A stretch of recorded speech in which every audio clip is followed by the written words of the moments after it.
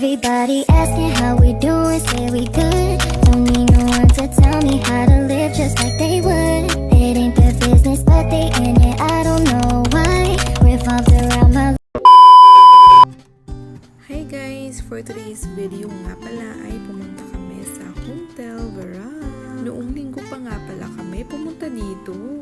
7th birthday kasi ng pamangkin ko, kaya naman ay dito kami nag-celebrate ngayon. O diba, sa labas pa lang alakas makasyala.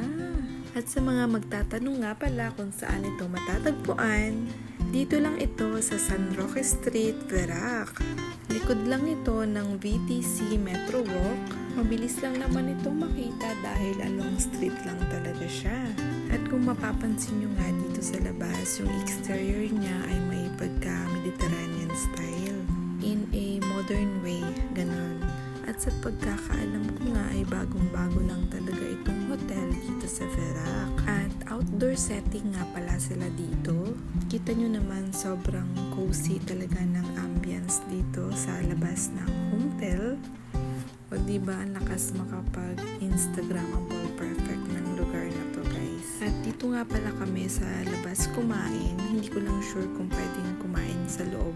I suggest lang kung gusto nyong pumunta para kumain dito. For me best time to eat is mga late afternoon na hanggang gabi. Ganon. Dahil nga nag-dine in kami dito mga 12 noon. Kaya sobrang init talaga dito sa labas. Kaya I think best time to eat is mga dinner time talaga guys. Kasi mas ma-appreciate nyo yung lighting sa labas. At kung pagkain din naman ang pag-uusapan natin, in all fairness, may ibubuga din naman itong hotel na ito pagdating sa serving ng kanilang mga pagkain guys. Katulad din ng mga ibang restaurant na na-try ko dito sa Verac, panalo din naman yung mga pagkain dito kaya hindi kayo magsisisi. And when it comes to pricing, ganun din, pare-parehas lang din naman yung mga presyo ng mga pagkain dito sa restaurant. Afford mo pa rin naman kahit papano. At guys, sobrang sarap ng sisig nila dito. Kahit hindi ako mahilig sa maanghang, sobrang na-appreciate ko talaga siya.